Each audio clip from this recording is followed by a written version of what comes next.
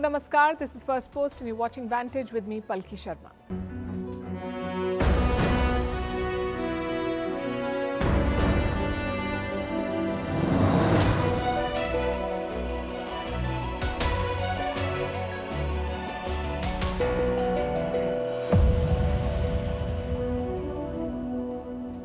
The US presidential race is heating up. Kamala Harris is putting up a fight. A new poll puts her ahead of Donald Trump. She's getting more endorsements from her party and what's being called a historic flood of cash. So can she beat Donald Trump? We look at how the contest is shaping up and what the Republican Party's strategy is. And in the middle of all of this, a guest has landed in Washington. Israeli Prime Minister Benjamin Netanyahu will tell you what he's doing there when his country is at war and why he's facing public protests and a political pushback. In Bangladesh, the return of calm and internet connectivity after days of violent protests. Also some very disturbing images of the crackdown. In Kenya, the president has inducted opposition leaders in the cabinet. We'll tell you why. News of another plane crash in Nepal and a report on the country's horrid aviation record. In the UK, the king's income soars and the National Health Service crumbles. In Paris, a gang rape just before the Olympic Games begin. How China's economic slowdown is hitting global luxury brands, while landslides kill hundreds of people in Ethiopia every year, and what is an emotional hangover? How can you fix it? All this and more coming up. The headlines first. Ukraine tells China that Russia is not ready for quote-unquote good faith talks to end the war. Ukraine's foreign minister made that remark during his trip to China. He is the first senior official to visit China since Russia invaded Ukraine in 2022. Beijing, Moscow's most important ally, is trying to mediate in this war. In India, opposition MPs protest inside and outside Parliament. They are unhappy with the union budget, which was presented yesterday. The MPs claim the budget discriminates against the opposition-ruled states. The budget has earmarked significant projects for Bihar and Andhra Pradesh. These are states whose leaders are part of the ruling coalition. Typhoon Gemi blows past the Philippines. Relentless rain triggers floods in the capital. A state of calamity declared in Manila. In Taiwan, schools closed and thousands evacuated as the cyclone makes landfall.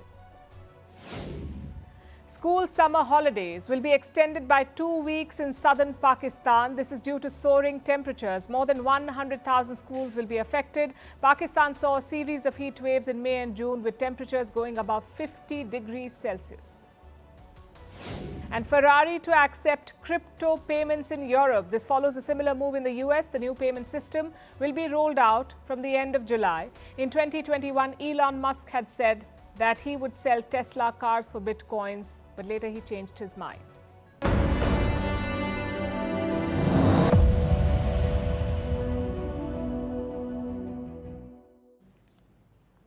Let's start with a million-dollar question. Can Kamala Harris beat Donald Trump?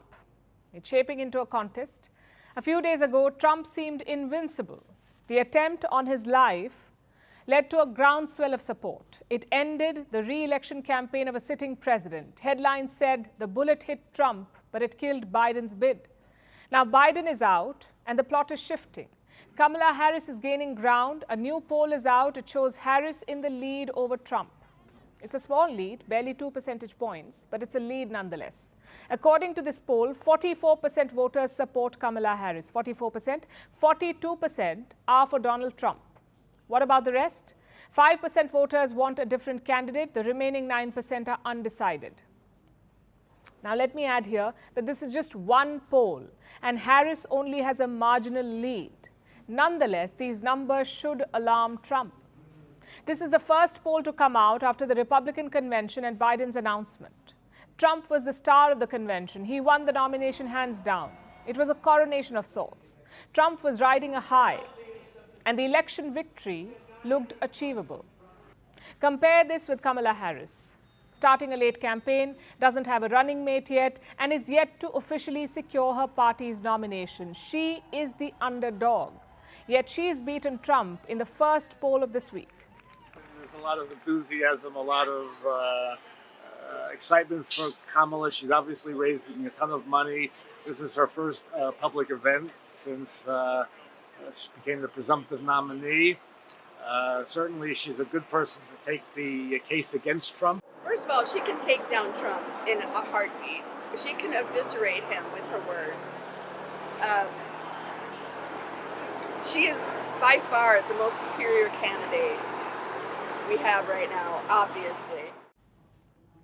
At the risk of sounding repetitive, let me add that polls are not the final deal. They can get things wrong. Just look at the exit polls of India, which were way off the mark. Or ask Hillary Clinton. She lost to Trump in 2016 despite doing well in polls. So take them with more than a pinch of salt. And yet polls matter because they help in gauging the voter sentiment, the broad trend of an election. And based on these numbers, Harris may or may not be able to beat Trump, but he's not running away with the election just yet. It is going to be a fight. The pollsters asked some specific questions about the candidates, like who is more sharp mentally? Who is sharper? 56% of the voters said Harris is sharper than Trump and Biden. That's a valuable insight for Kamala Harris and her advisors. The Democratic convention is weeks away. The party is working to reposition Kamala Harris. They want to create a strong narrative for her campaign. And yesterday we saw the first signs of this. Harris held her first campaign event and she attacked Donald Trump. Before I was elected vice president, before I was elected United States Senator, I was elected Attorney General of the state of California, and I was a courtroom prosecutor before then. And in those roles, I took on perpetrators of all kinds. Predators who abused women, fraudsters who ripped off consumers, cheaters who broke the rules for their own gain. She's making progress on other fronts as well. In the last 2 days, she has whipped up endorsements from hundreds of Democrats. Yesterday, top Democrats in the U.S. Congress endorsed Harris. She said she would work to earn the support of our party, and boy, has she done so in quick order. Vice President Harris has done a truly impressive job securing the majority of delegates needed to win the Democratic Party's nomination to be our next president of the United States. She now has enough votes to secure her party's nomination. There are no visible signs of dissent or opposition to her within the party. Plus, the money is flowing in. Democratic donors have sent more than $100 million to the Harris campaign. After she replaced Joe Biden, Harris and the Democrats have raised a whopping $250 million in the past few days. This money was raised in a little over 40 hours after Biden's announcement. $250 million in 40 hours. So from endorsements to fundraising and most crucially mass support, Kamala Harris seems to be ticking all the boxes. Meanwhile, the Republicans are amping up the attacks. They want to slow down Harris. The Trump camp has filed a complaint over Joe Biden's campaign funds. That's more than $90 million. That's the money that Biden had raised. But when he dropped out of the race, the money went to Kamala Harris. Her campaign moved the Federal Election Commission. That is America's election watchdog, the Federal Election Commission. And they replaced Biden's name with that of Harris. So the money went to Kamala Harris. So now she controls Biden's war chest. The Trump camp has complained against this. They argue that this money cannot be transferred. In fact, let me quote from the complaint. This effort makes a mockery of our campaign finance laws. So Trump is targeting Harris's funds. His party is going after her track record, especially her failure to tackle immigration. And Kamala Harris is Joe Biden's open border czar. By every metric, Harris has failed to secure our borders, advancing far-left Democrats' failed open border policies and the needs of illegals over the safety of American citizens. So the Republicans are going after Kamala Harris, all guns blazing. Their top party leaders say they should tone it down. Apparently, some instructions have been issued to stop attacking Kamala Harris on her race, gender and identity and to focus more on her policies. Not sure if Donald Trump and J.D. Vance got the memo.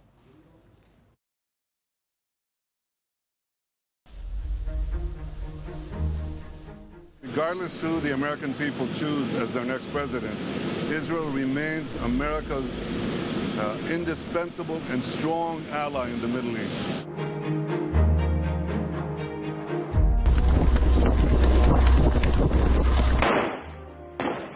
שואפים להחזיר את כולם.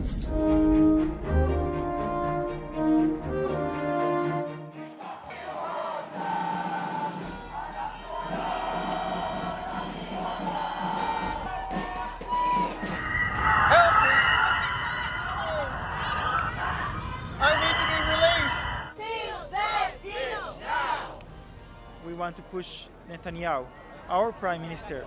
We want him to push harder for getting this deal.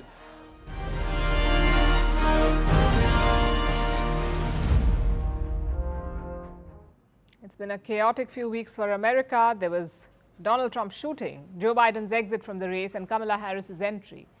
So their domestic politics is going through a churn. And amid all of this, America has a guest. Benjamin Netanyahu, the Prime Minister of Israel. He landed in Washington yesterday, and since then, he's kept a low profile. He's met a few officials, he met families of hostages, and he's talked about a peace deal. We are determined to bring them all back. The conditions to bring them back are ripening for the simple reason that we are putting very, very strong pressure on Hamas. We are seeing a certain change, and I think this change will grow. So all in all, a productive 24 hours, but nothing too flashy. What about today? What's on Netanyahu's agenda? He will address a joint session of the US Congress, which is also the main purpose of his visit, to address this session. On Thursday, he will meet Joe Biden. He's also expected to meet Kamala Harris. And on Friday, he'll reunite with an old friend, Donald Trump. They'll meet at Trump's Mar-a-Lago resort. So it's quite a busy week for the Israeli Prime Minister. But why exactly is he in the US at a time when his country is at war? The Israeli army is pounding Gaza. There are new strikes every day. Meanwhile, other fronts are opening up in West Asia. In the north, there's the Hezbollah. Israel is preparing for a possible war with them. In the south, there's Yemen, from where the Houthis are striking Israel. So there's danger on all sides. At a time like this, what is the Israeli Prime Minister doing 2,000 kilometers away? At a time when Israel is fighting on 7 fronts and when there's great political uncertainty in Washington, I will address for the 4th time both houses of Congress as the Prime Minister of Israel. I will seek to anchor the bipartisan support that is so important for Israel. So the visit is to boost support. This is Netanyahu's first trip since the war began. He's facing pressure at home. Israeli citizens want him to sign a peace deal. They want the hostages back. We came to protest in order for our Prime Minister to stop the abandonment of the hostages and bring them home as fast as possible and to sign the deal which is on the table for so many months. So he's losing support at home and losing friends abroad. With the war dragging on and the death toll mounting, countries are slamming Israel's actions. Netanyahu is under international pressure, and this trip to the US is meant to ease the pressure. After all, the US is Israel's biggest ally. They may have had disagreements, but that has not stopped the military aid, which makes this the perfect opportunity for Netanyahu. In America, he can show that he is a global statesman and that there's still support for his war. On paper, it's a great plan, but the timing is terrible. One of the few things you cannot blame Netanyahu for. This trip was planned weeks ago. So much has changed since then. America's volatile politics may dampen his tour. Washington has a lot on its plate, and none of it involves Netanyahu. So he may not like being upstaged, but he will be this time. Plus, his visit is a controversial one. The Gaza war is a very divisive issue in the US. It has spurred protests. It has divided college campuses. It has even led to arrests. So the Israeli Prime Minister has only sparked more tension by landing in the US. He'll meet with more protests from pro-Palestinian groups who plan to gather outside the US Capitol. And this raises security concerns. Plus, some American lawmakers are boycotting Netanyahu's speech. All of us who care about our partnership, both in America and in Israel, should understand the enormous damage that Prime Minister Netanyahu and his current extremist government coalition are doing to our relationship and to Israel's standing in the world. So, Mr. President, it sends a terrible message to bring him here now to address a joint session of Congress. Then there's Kamala Harris. On a normal day, she would be sitting behind Netanyahu during his speech. After all, she is the Senate leader. She presides over such events. But not this time. She will be away on a campaign trip. Her team hasn't said anything about this, but it's believed that she wants to distance herself from him. It's election season. Harris is the presumptive Democratic nominee, and to win, she needs the Arab American votes. They're crucial to flip the swing states. So Netanyahu's visit puts her in a bind. And she's not the only one navigating a minefield here. Netanyahu himself will also have to play his cards carefully. In an election year, he cannot afford to be too cozy with either side. I will tell my friends on both sides of the aisle that regardless who the American people choose as their next president, Israel remains America's indispensable and strong ally in the Middle East. So he's walking a political tightrope. Netanyahu came to Washington hoping to be the star of the show. He wanted to be on the front page, but at this rate, he'll be happy if he finds a mention in the papers at all.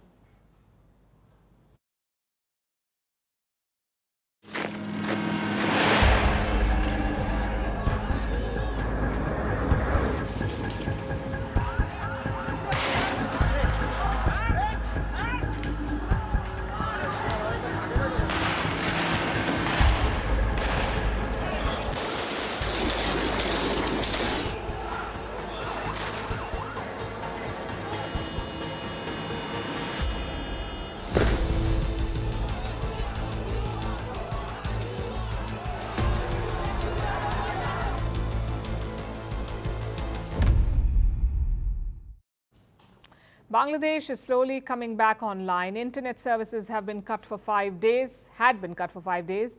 They're now being restored. And as communications resume, images of what transpired last week are being shared. And I must say, the visuals are disturbing.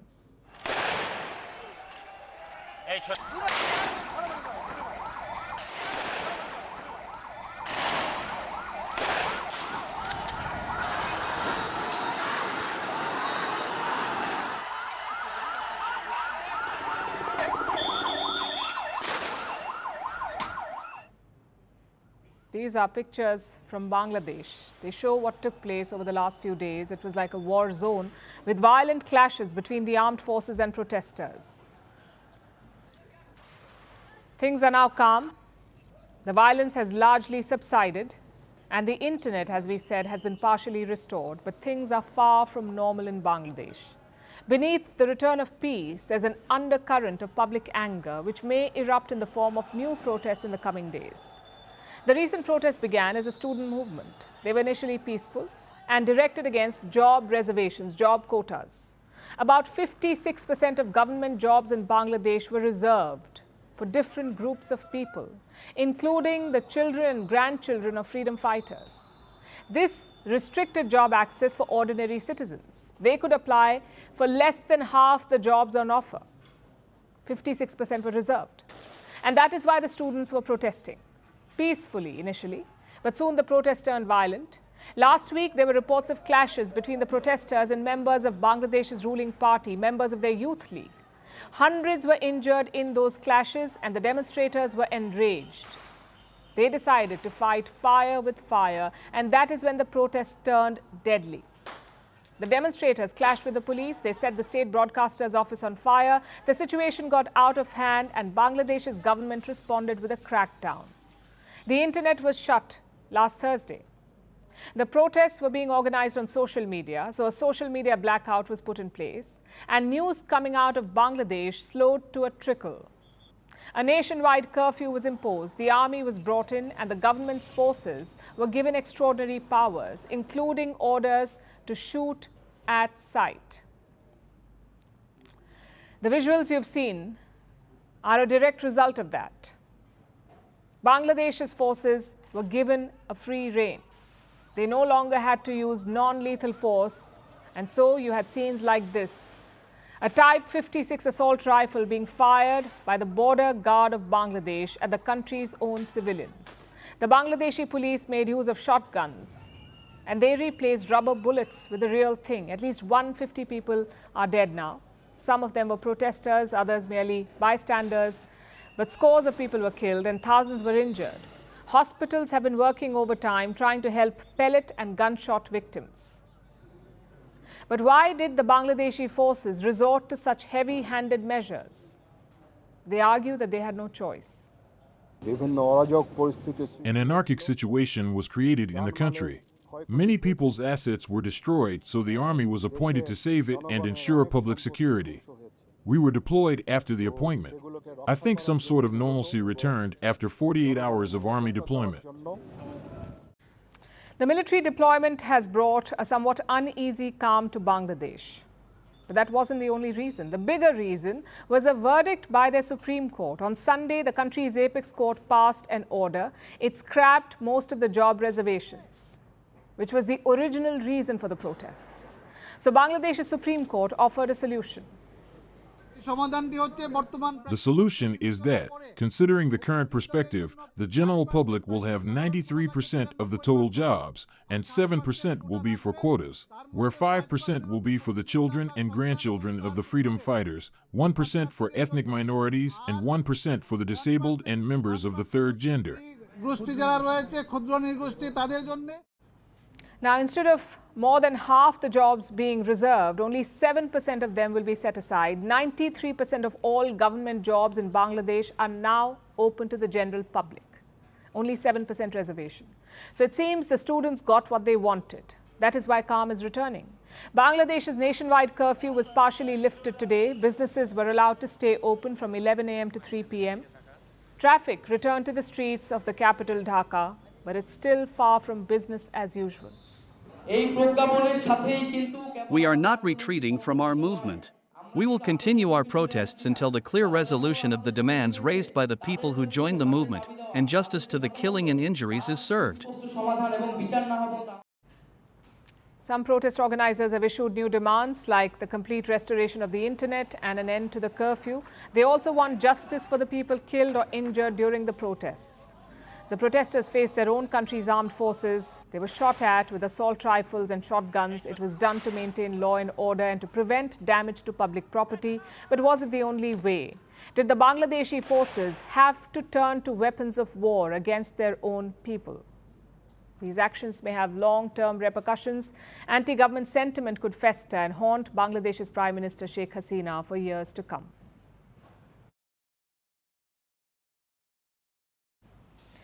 We move from one protest to another and turn our attention to Kenya, where the embattled president is making another gambit. Kenya's President William Ruto is under immense pressure. He is struggling to contain public anger. For those of you who don't know, Kenya has been facing protests for weeks now. They began in mid-June. People took to the streets to protest against the country's annual budget.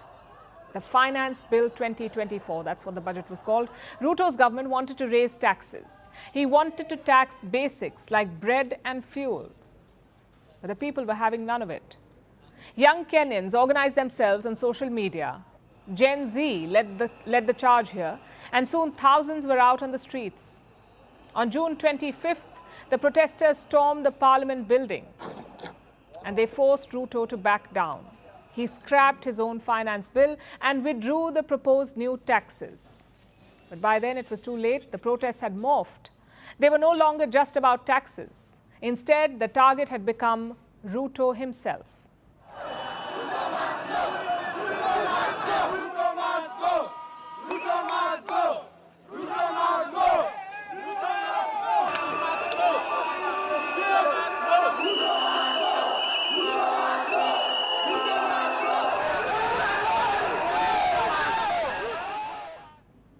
You can hear the same chant at every single protest. Ruto must go. That is the protest anthem. The Kenyan protesters blame Ruto for the mess the country is in. Ruto has been raising taxes since he became president in 2022. This has exacerbated the cost of living crisis in Kenya. People say they cannot pay anymore, which is why the protest began. But Ruto responded with force. Police brutality was on full display. At least 50 people have been killed and dozens of others are injured. This angered the protesters who blamed Ruto for the brutality. They want accountability for the lives lost. And they want Ruto to resign. But the president shows no sign of stepping down. Instead, he is trying everything to placate the protesters. First, he scrapped the controversial finance bill. Then he tried talking to the protesters. Ruto took part in an online debate with them. But that did not help. After this, he tried a government reshuffle. He fired most of his cabinet and promised a reset. Since then, he's been restoring his cabinet. Last week, he appointed 11 people, 6 old faces, 5 new ones. Of course, that's not really a complete reset. So today, he went to greater lengths. He appointed 4 more people to the cabinet, and this time, all of them are new. In fact, they aren't even members of his political party. These 4 new appointees are members of the opposition, allies of Ruto's biggest rival, Raila Odinga. That is how far William Ruto is willing to go. He has given Kenya's key ministries to his rivals, finance and energy given to the opposition, in the hopes that this will end the protests. Ruto also said that he will address a major public concern, corruption. I have this to say to Kenyans. I have heard you, and I have heard you clearly. I will be proposing amendments to the Evidence Act and the Criminal Procedure Code, among other necessary legislative amendments to all statutes relating to corruption, to expedite investigations and prosecution of corruption and economic crimes cases, and provide for their conclusion within 6 months. Will today's moves work? Will the people of Kenya finally calm down? It seems unlikely. Here's why I say this. Here are some of the initial reactions that have come in. One person said it was the politics of self-interest. Another said that the fight would not end. A third said that Ruto had, quote-unquote, appointed corrupt people to fight corruption. These 3 don't seem to want to stand down, and others may not either. Today, Ruto said that he has heard the people of Kenya clearly. But for weeks, this is what the people of Kenya have been saying.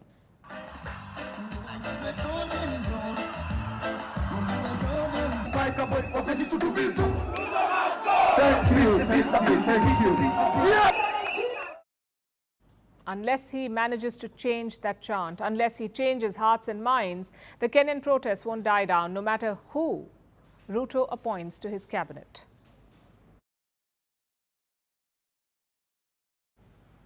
Now let's talk about Nepal, a country edging closer towards becoming a failed state.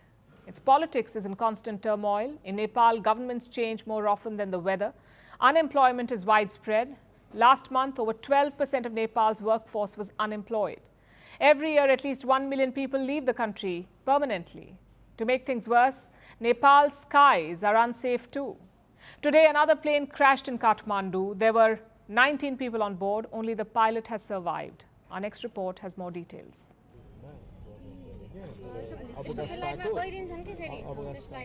These were the final minutes of flight number 9N AME. The plane was taking off from Kathmandu. Barely a few minutes later, it turned into a fireball. At first, the smoke was coming out. We did not realize that the plane had crashed. After going there, we realized that the plane had crashed. They were taking out a few dead people. The plane broke into 2 pieces and dead people kept coming out. There were 19 people on this plane. 18 died. The pilot of the plane was the only survivor. This plane was operated by Saurya Airlines, a local carrier. It had taken off from Kathmandu earlier in the day and was on its way to Pokhara, a popular tourism hub. While it's too early to draw conclusions, local authorities have conducted an initial assessment. They believe this plane was flying in the wrong direction. The Tribhuvan International Airport in Kathmandu is Nepal's main airport. Both domestic and international flights operate out of here.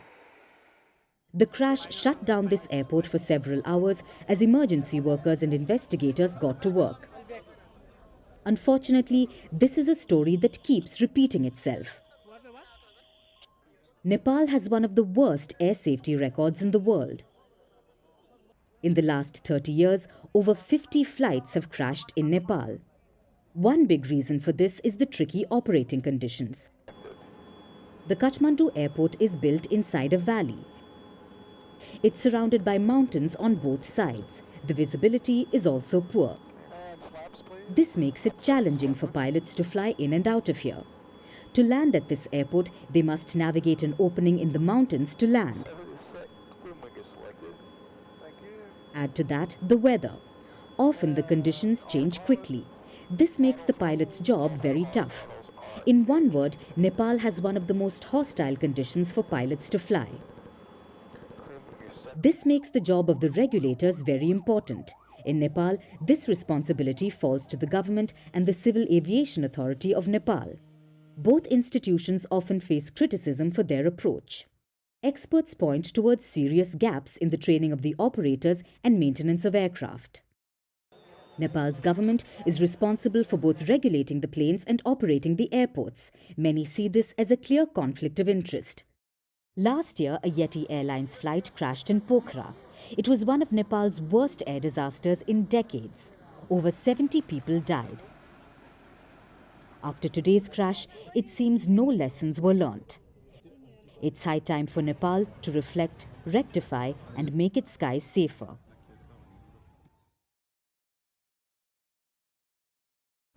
Our next story is from the UK, or rather we have two stories from this country. Two contrasting tales, one of wealth and riches, the other of neglect and destitution. We start with a story about riches. Yesterday, the British public received a report about a company called the Crown Estate. Now, this is a major real estate company. It has assets worth $16 billion. That's more than 16 billion pounds. That's more than $20 billion. Now, this company, the Crown Estate, made some good profits last year, about $1.4 billion in profit. So the British people can expect great sums of money to bypass them and instead go to their royal family, because if you haven't already guessed, the Crown Estate exists to serve the British Crown. The company manages land owned by the monarchy. This land includes vast rural fields, prime real estate in London, and the seabed around England, Wales, and Northern Ireland. Yes, you heard that right. The seabed, the ocean floor, where the British beaches end, the royal family's domain begins. This seabed is actually the reason that the company is doing so well. Over the last few years, Britain has been investing in green energy like wind power. Some wind farms are being set up near the shore, a little out at sea. This means that they're technically being built on royal land. And this has been a gift for the royal family, the British royal family. The Crown Estate has made a fortune on the seabed, which means the British royals are about to get richer. How much richer? Well, next year, they will be given about $58 million extra. Here's how it works. The British monarchy is given some money by Parliament every year. It's called a sovereign grant. The value of this grant, the sovereign grant, depends on the money generated by the Crown Estate. Because the Crown Estate has made extra profits, Charles and the gang have extra pocket money next year. Now, some of you might think this is only fair. The Crown Estate generates money and only a cut of that money goes to the monarchy. And that is technically true.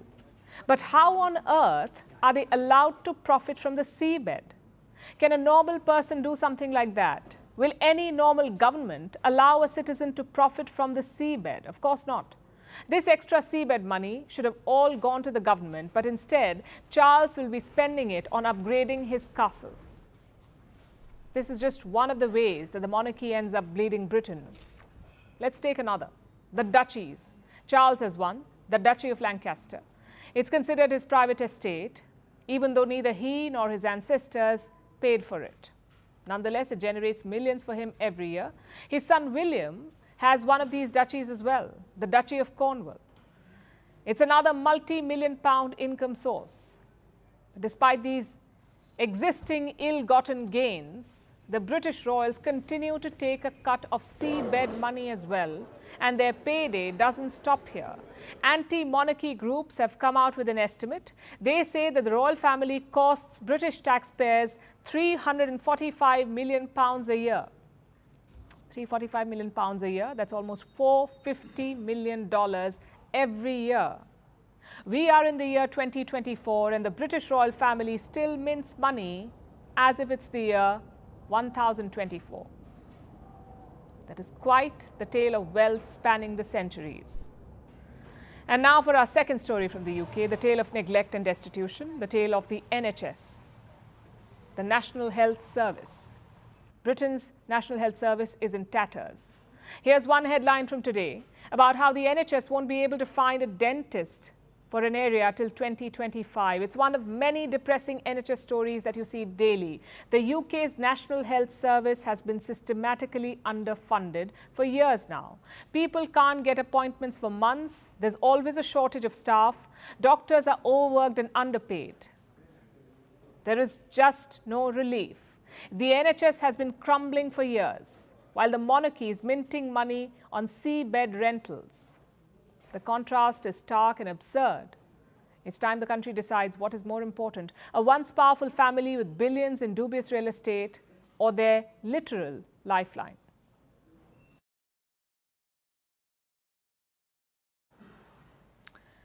Our next story looks at Paris. All eyes are on the French capital. It is hosting the Olympic Games. The Games begin on Friday. Officials say Paris will be the safest place in the world ahead of the Games. But the headlines don't bear this out. There's been a gang rape in the French capital. A 25-year-old tourist was raped by 5 men. No arrests have been made yet. The French police are still investigating. And while this case has shocked people, Paris is no stranger to incidents like this. And it's adding fuel to the political fire there. France's far right blames it on the rise of immigration. Is there merit to this charge? Our next report tells you. It was around 5 a.m. on Saturday. But this kebab shop was open in Paris. It had a fair amount of customers. That's when a young woman walked in. She looked disoriented, she was unable to speak, her dress was partially torn off, and she was wearing it backwards. Soon, the terrified woman asks for help. She tells the staff she's been gang raped by 5 men. The alarmed staff surround her. Other customers try to comfort her. That's when a man enters the kebab shop. He walks up to her and he pats her back. That's when the woman gestures that he is one of the attackers. A customer confronts him. And the man flees. He hasn't been seen since then. When the police arrived at the scene, the woman narrated her ordeal. She's a 25-year-old Australian woman. She was a tourist in the city. And she was raped overnight by a gang of 5 men. Not much else is known about her testimony, but the woman said her attackers were men of quote-unquote African appearance. The French police are now investigating the incident. The Australian embassy has offered consular assistance. She had initially planned to fly back home, but later decided to stay in France. No other information has been provided. It's to respect her privacy. This incident comes just days ahead of the Paris Olympics. Right now, the French capital is almost under a lockdown. There's a huge police presence. 45,000 police officers are patrolling the streets. It's to protect the athletes and all those who will be in the city for the Games. So the question is, how did an incident like this take place amid all this surveillance? And it's not the first such case in Paris. In June, a British woman was allegedly gang raped in the French capital. That incident took place just minutes away from the location of Saturday's attack. In that same month, a 12-year-old Jewish girl was raped in an abandoned warehouse. In January, an American woman was raped in the city. She says she was dumped on the side of the road. In 2023, there were 93 rapes committed in public places in Paris. It's 2% higher than 2022. 77% of these rapes were committed by perpetrators who do not hold French passports. Majority of them happened around tourist areas like Champ de Mars. Most of the perpetrators were drug addicts. They were also homeless and unemployed. 20 of them were already known to the police. That means they have been pulled up before, for other crimes. France's far-right groups have blamed this on the rise of immigration. But reports suggest it's also a way to villainize migrants. Either way, this new incident raises a lot of questions for Paris. The French capital is hoping to welcome 1 million people for the Olympics. The Games are set to be the most heavily policed in history. But the question remains, is Paris truly safe?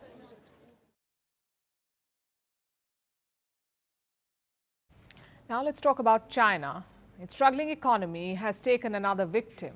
After jobs, housing and the stock markets, luxury retailers are suffering because the sales of luxury goods are down. And the drop is so significant that retailers are blaming China publicly for the falling sales. This week, LVMH released its results. This is the company that owns brands like Louis Vuitton and Dior. It's the world's largest luxury group. LVMH revenues from Asia are down. In the first half of this year, they dropped by 14%. And one big reason for this is China. Chinese consumers are not spending enough, not as much as they used to on luxury items. And LVMH is not the only one at the receiving end. Hugo Boss is also struggling in China. They say the Chinese market, and I'm quoting, is particularly challenging today. British fashion brand Burberry is not mincing words either. Burberry sales in China have dropped by 21%. The brand says the Chinese market has been quote-unquote weaker than we expected. They say consumer confidence is deteriorating. Swiss watch brand Swatch has the same view. It has seen a 14% drop in overall sales. It says the Chinese market won't improve anytime soon.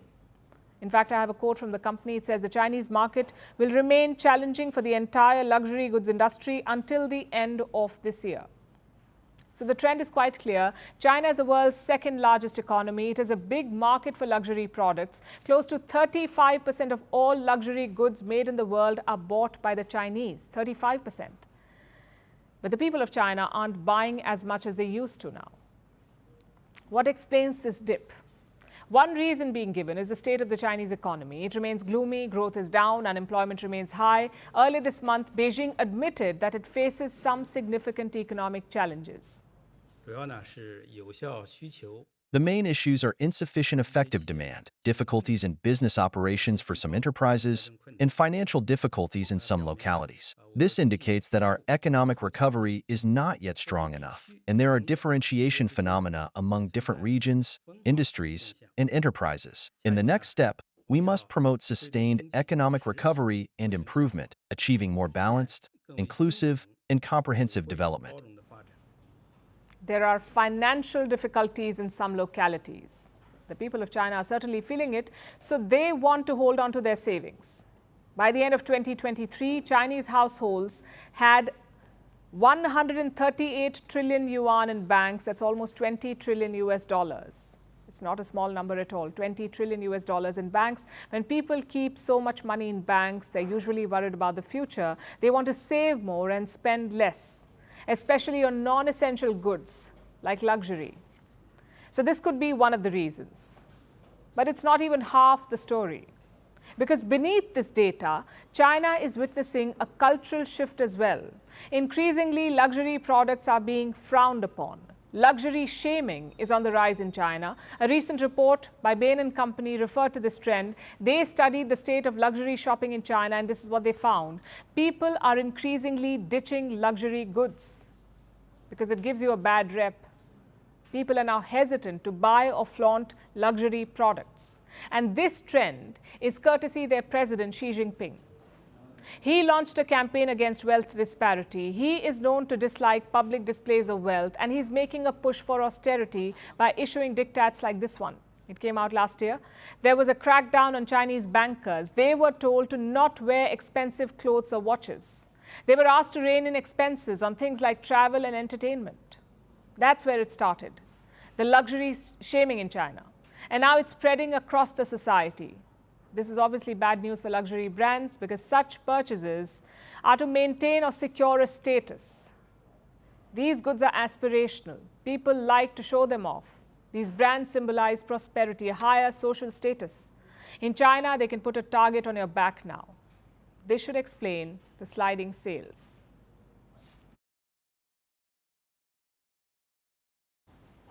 Now let's turn our attention to East Africa, where Ethiopia has been hit by torrential rainfall. Multiple deadly landslides have devastated the southern region of Gofa, leaving thousands of people displaced and killing at least 229 people. While search operations are speeding up, the death toll is expected to increase dramatically. It is a race against time for the residents who are scrambling to find more survivors. They're digging through the mud with their bare hands. Here's a report. A hillside collapsed. At least 229 people dead. Hundreds of others helpless and grieving, using bare hands to dig through the dirt, looking for their loved ones, unwilling to give up hope.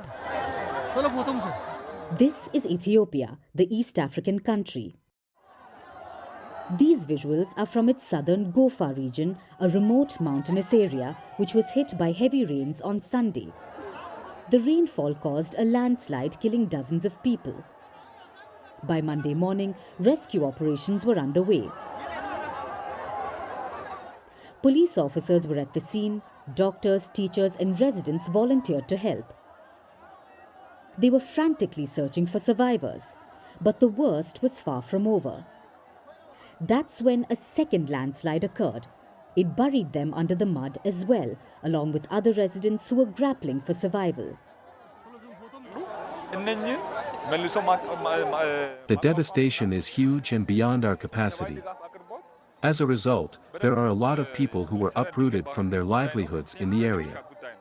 The area is now uninhabitable. We need to also work on relocating these people. The incident happened following heavy rains. The damage is heavy.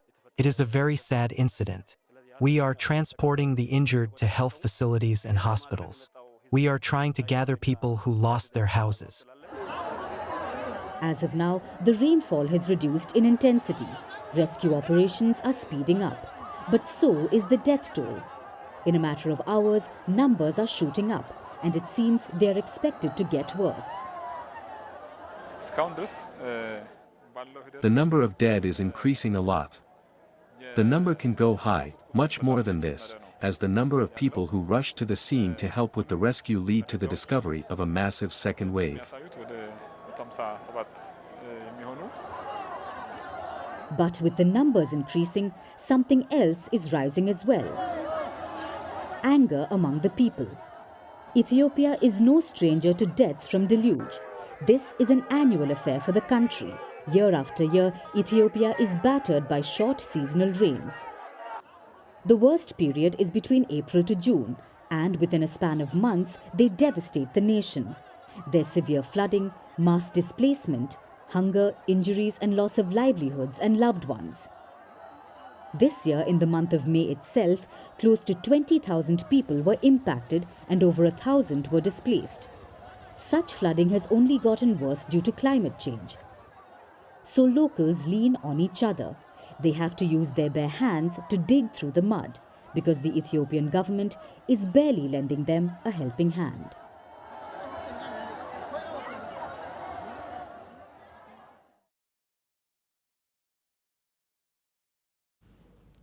Before our last story tonight, let me ask you a question.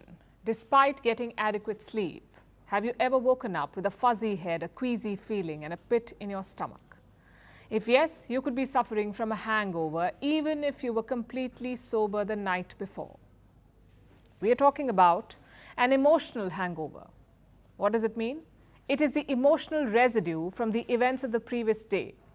Much like an alcohol hangover, an emotional hangover is a physical repercussion, which is why you can wake up feeling physically tired and emotionally drained. A disclaimer here, emotional hangover is not an official medical term, but experts say it is a common phenomenon. Why is that? Because life can be stressful. It's as simple as that. Today, humans are more stressed than ever before. 4 in 10 people regularly experience a lot of stress the world over. And when you fall asleep at night, this stress doesn't just go away.